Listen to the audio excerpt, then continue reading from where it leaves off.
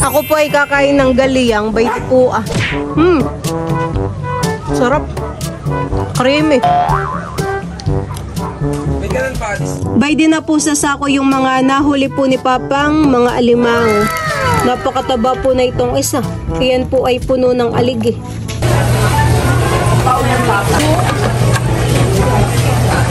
Saan kayo yun eh? Saan kayo yun, Papa? Oh, hindi ba ko paniwala? Napakalaki. Napakalaki po na yun.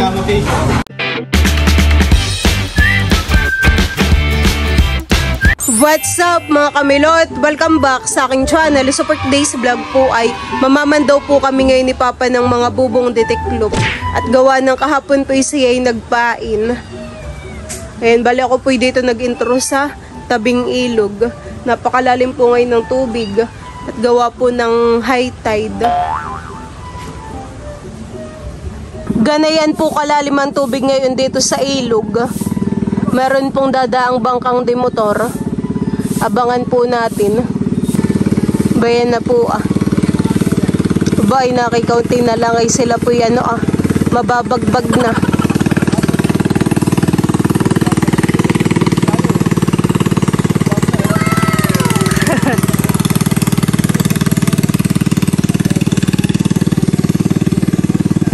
Marami po ang sakay na yung bangkang iyon.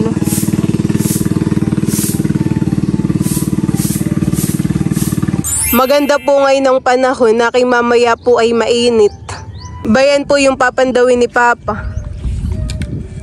Maganda po ang ulap po. Meron pa yung laman. Parang nakakakulay po nung damit ni Papa. Yung reflect po diyan sa tubig. Maliit po han eh. Pula. Ay, ayun po kukunin mo. Pinakalpasan po ni Papa at payat pa. Yun ay minuto ito. Uy, matabay atin ang kukunin na dyan ay pula. Nakaiyan po may hulit malapit na sa pilapilhan eh. Ba mayroon nga. Ba may isda pang bakuli. Dali natin, dala natin ko rin. Nahirap pagkukod dito, pagpipisat. Hindi ka tuloy pagka nato sa huwan. Ako po ang magdadala na itong bubo. Ito po ay may dalawang malaking alimango. Bay, grabe po kabigat. Si Papa daw po ay nadulas kanina dito. Ay buti-puti hindi nagdiretso din sa tubig. Madulas nga po ang daan. Sisikat na ang araw. 12 seconds later.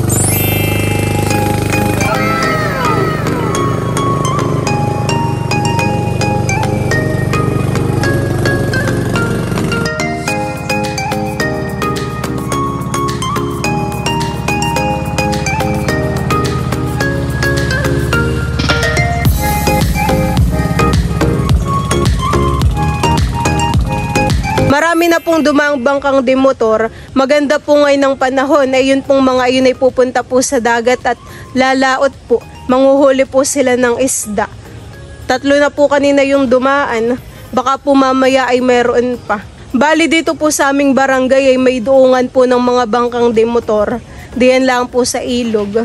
At sila po ay diyan dumadaan. Dire-diretsuhin lang po yan ay sa dagat na. Sa dagat na po ang labas. Ay yung pong mga lumaot ay baka po mamayang hapon o gabi po ang dating. Sana po sila'y maraming huli. Maganda pong umakyat dito sa mga puno Tataas tapos biglang talon sa tubig. Ako'y madulas.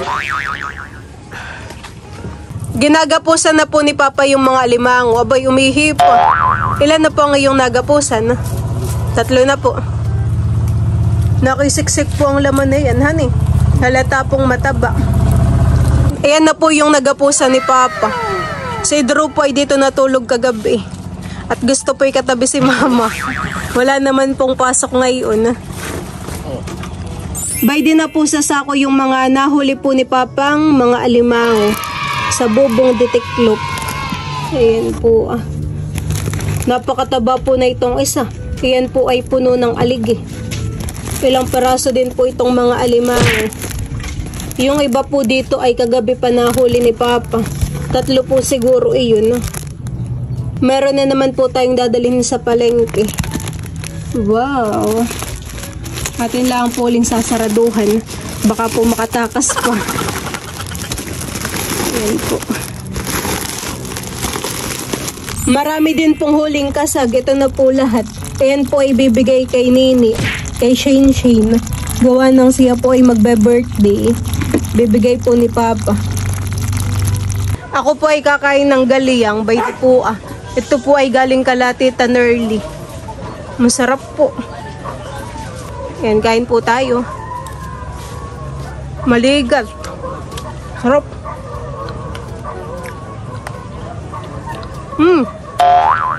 Sarap. Creamy. May ganun pa alis sa bahay. Wala na. Hindi ako. Tara mo ako ha. Sayang po to hindi nakapagdala ng kape. Wala pong kape dito sa kubo. Ito po ay parang gabi. Hinuhukay din po ito. Malaki po ang laman na itong galiyang. Dati po ako nakapag-vlog na ng ganito. Binagkat na galiyang.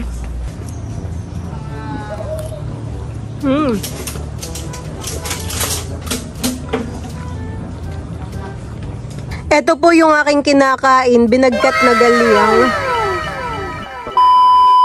Kami po ngayon ni Papay papunta sa bayan. Dalhin po namin yung alimango.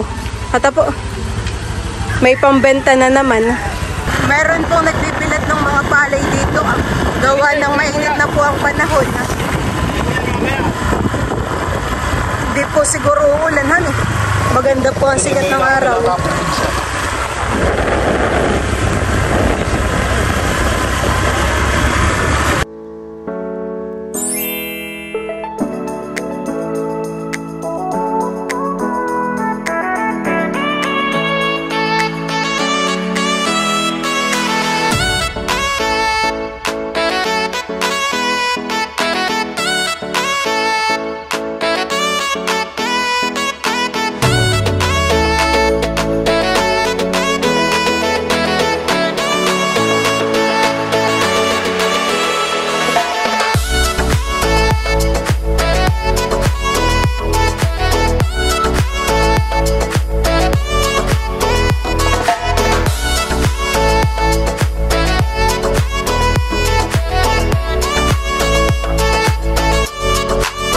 Magkano po ang kilo dito? 240 po. May tinda rin po ditong sihi. Magkano po ate dyan ito ang isang ganito? 50 po. Kikiluhin na po yung alimango namin ni Kuya Sunny Boy. Ano ito, Papa? Para pong bubukan. Akala ko yung yung ginagatan ko. Koray. Bubukan pala yan.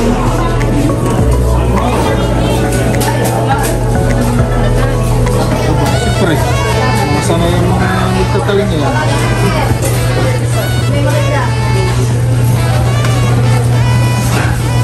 Kikiluhin na po yung alimango. Siyam nina eh.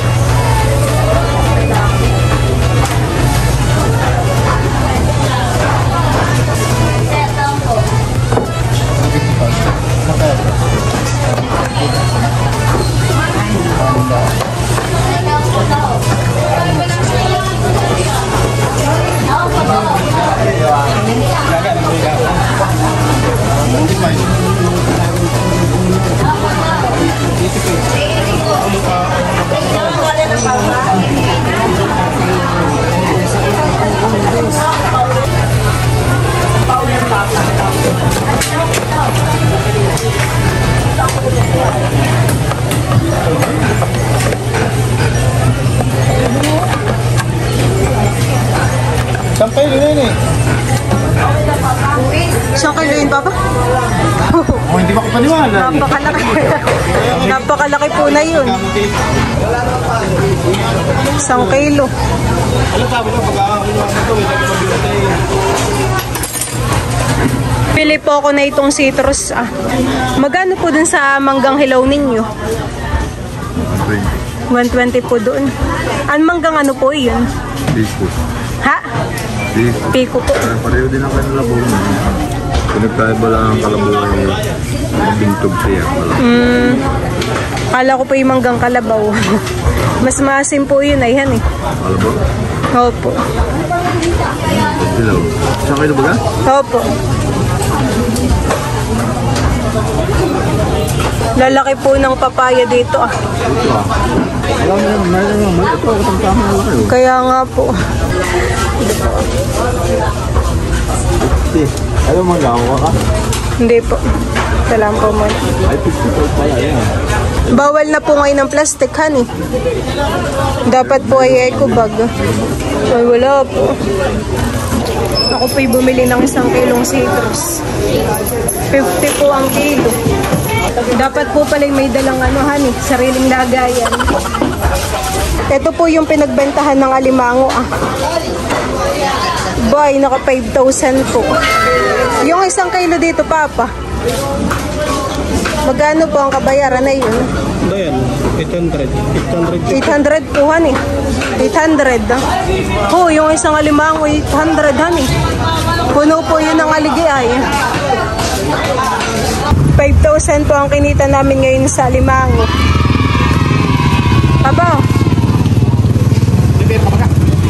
Bibili po ako ng donut. 6 pesos daw po ang isa. Pabili nga na ito, ah. Chocolate, tapos itong ano, strawberry. Oh, yun lang. Magkano? 18.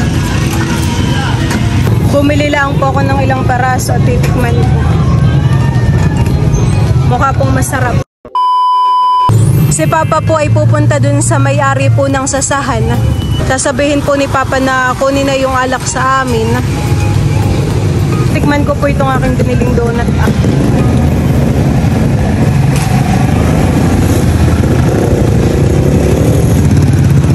Masarap po pala yung ganito.